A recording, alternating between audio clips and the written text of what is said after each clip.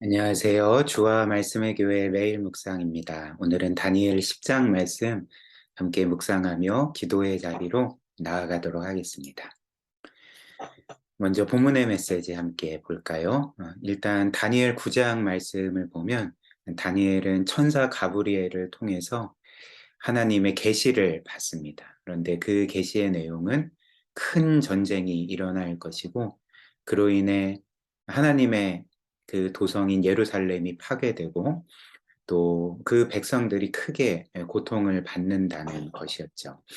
그래서 다니엘은 이 계시를 받고 크게 근심하게 됩니다. 그래서 다니엘 10장 말씀으로 넘어와서 다니엘은 3주 동안 금식을 하고 하나님께 간절하게 기도를 하게 됩니다.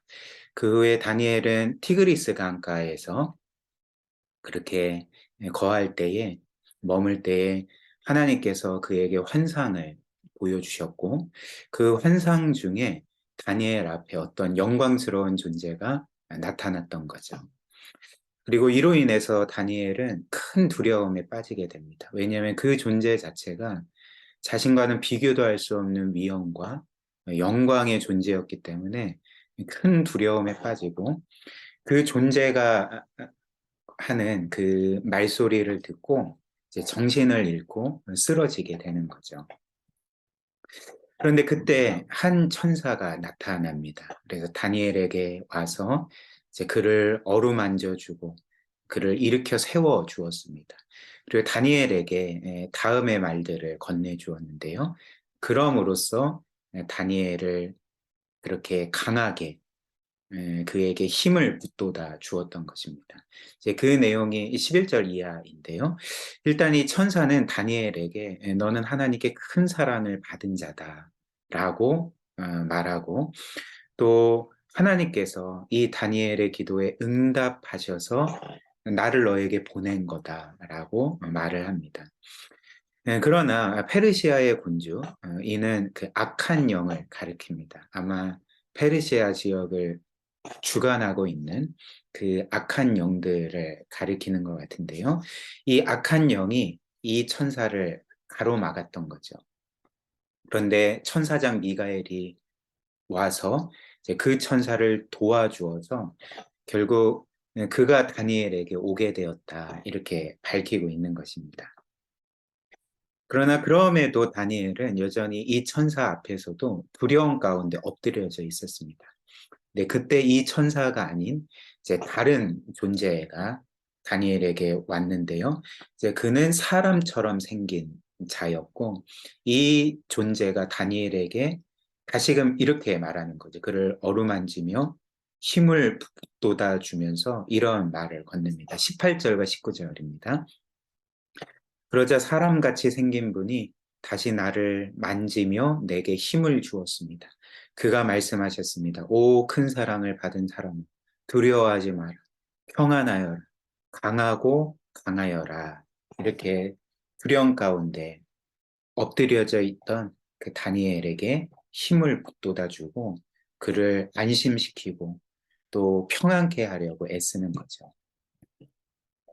그리고 이 사람처럼 생긴 존재는 다니엘에게 앞으로 일어날 일들에 대한 하나님의 계시의 말씀을 전합니다. 그래서 그 일이 무엇이냐면 이제 그 이후에 하나님의 백성들은 환란을 겪게 될 거다. 그러나 그럼에도 불구하고 하나님은 그 하나님의 백성을 끝까지 지키실 거고 결국 구원하실 거고 승리하시고 그 승리를 하나님의 백성에게 안겨주실 거다라는 그런 약속을 주십니다. 그것이 바로 이제 이후에 다니엘 11장과 12장 내용인 거죠. 이 말씀 우리가 함께 한번 묵상해 볼까요? 오늘 말씀을 통해 우리가 깨달을 수 있는 사실, 특별히 하나님이 어떤 분이신지를 우리는 깨닫게 되는데요. 그 하나님은 바로 우리에게 늘 평안을 주시는 분임을 우리가 깨닫게 되는 것입니다. 오늘 말씀처럼 하나님은 환상 중에 다니엘에게 영광스러운 존재를 보여주시고 또 이후에 천사들을 보내주시고 앞으로 일어날 일들에 대해서 알려주시지 않았습니까? 그런데 이런 상황 가운데 다니엘은 크게 두려워하는 거죠. 자기 앞에 나타난 그 위엄 있고 영광스러운 존재 앞에서 두려워 떨고 그리고 심지어 실신까지 했고 하나님이 그에게 힘을 북돋아 주시기 위해서 천사를 보냈는데 그 천사 앞에서도 두려워 떨었습니다. 그리고 이전에 하나님이 이후에 일어날 모든 일들을 알려주실 때 다니엘은 두려워하고 낙심하고 근심했던 거죠. 그렇다면 하나님은 다니엘을 두렵게 만드시기 위해서, 절망하게 만드시기 위해서 이런 환상을 보여주시고 그 영광스럽고 위엄 있는 존재를 그 앞에 나타나게 하시고 천사들을 보내주시고 또 이후에 일어날 어떤 면에서 성도들에 대한 혼란의 그 예언의 말씀을 주셨던 걸까? 단지 다니엘을 두렵게 만드시기 위해서 이런 일들을 행하신 것일까? 결코 아니죠. 우리가 믿는 하나님은 결코 우리를 두렵게 만드시는 분이 아닙니다. 하나님은 우리가 두려워하기를 원하시는 분이 아니라 하나님께서 늘 우리에게 주기를 원하시고 또 우리를 향해 원하시는 바는 우리가 이 하나님을 신뢰하며 힘을 얻고 위로를 얻고 평안을 얻고 확신을 얻게 되는 것. 이것이 바로 우리 하나님이 늘 우리를 향해 가지신 그 마음의 소원이라는 것입니다. 따라서 하나님은 오늘 이 말씀을 통해 그 천사들을 보내셔서 그에게 예언의 말씀을 주시고 또 그를 위로하시고 힘을 북돋아 주신 것 자체가 다니엘을 두렵게 만드신 것이 아니라 힘을 얻게 하시기 위해서 평안을 주시기 위해서 그러셨다는 거죠. 그래서 하나님께서 천사들을 통해 다니엘에게 계속 주고 계시는 메시지가 무엇일까요? 다니엘에게 너는 두려워하지 말라. 너는 평안하라. 라고 이제 말씀을 하셨던 것입니다. 그래서 11절 말씀이죠. 하나님이 천사를 통해 이렇게 말씀하십니다. 하나님의 큰 사랑을 받은 사람 다니엘아 이렇게 말씀하고 12절은 다니엘아 두려워하지 말라라고 말씀을 합니다. 그리고 19절 말씀도 마찬가지죠. 오 큰 사랑을 받은 사람아 두려워하지 마라. 평안하여라. 강하고 강하여라. 자, 하나님은 천사를 통해 다니엘에게 어떻게 말씀하고 계십니까? 너가 본 환상 때문에 너 앞에 나타난 그 영광스러운 존재 때문에 내가 너에게 보낸 이 천사 때문에 두려워할 필요가 전혀 없다. 나는 너를 강하게 하기 위해서 그리고 너에게 힘을 북돋아 주기 위해서 너를 위로하기 위해서 확신을 주기 위해서 천사들을 보낸 거고 계시의 말씀을 너에게 준 거지 너를 두렵게 만들기 위해서 이 일을 행한 것이 아니다. 너는 나의 사랑을 받는 자이고 따라서 두려워하지 말고 평안하고 강하고 강하여라 이렇게 말씀을 하셨던 것입니다. 이는 우리에게도 마찬가지입니다. 우리가 이 세상을 살면서 때로는 우리에게 닥치는 일 때문에 두려워할 때가 있지 않습니까? 또 불확실한 미래 때문에 우리는 두려워할 때가 있습니다. 그러나 이 모든 일에서 우리가 두려워하지 않고 평안할 수 있는 이유가 무엇일까요?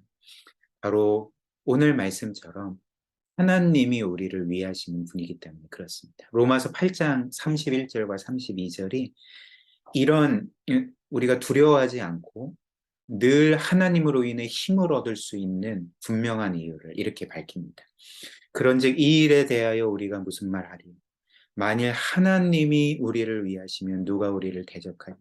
자기 아들을 아끼지 아니하시고 우리 모든 사람을 위하여 내주신 이가 어찌 그 아들과 함께 모든 것을 우리에게 주시지 아니하겠느냐 이렇게 말씀을 하죠. 하나님이 우리를 위하신다면 누가 우리를 대적하겠느냐? 이 세상에 사탄과 악한 영들이 우리를 공격한다 할지라도 우리는 하나님이 우리를 위하시기 때문에 안전하고 이 세상에서 우리가 겪는 여러 문제와 위기와 고통과 환란조차도 하나님이 우리를 위하신다면 어떻게 우리를 쓰러뜨릴 수가 있겠는가? 우리를 대적할 수가 있겠는가? 이렇게 말하는 거죠. 그 이유가 무엇일까요? 하나님이 우리를 위하실 뿐만 아니라 그 우리를 위하시는 하나님이 32절처럼 우리를 위해 자기 아들까지 아끼지 아니하시고 주신 하나님이시기 때문에 그렇습니다. 우리 한 가지만 더 묵상해 볼까요? 오늘 본문 말씀을 보면 하나님의 천사들과 악한 영들과의 싸움을 말합니다. 그리고 이 악한 영들은 성경에 따르면 천사들과 싸울 뿐만 아니라 우리를 늘 영적으로 공격하고 무너뜨리게 하려고 늘 호시탐탐 우리를 노린다는 거죠. 에베소서 6장 12절 13절이 우리에게 이렇게 알려주죠.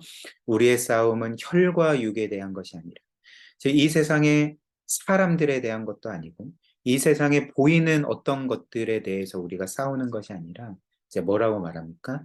권력들과 권세들과 이 세상의 어둠의 주관자들과 하늘에 있는 악한 영들에 대한 싸움이다라고 말합니다.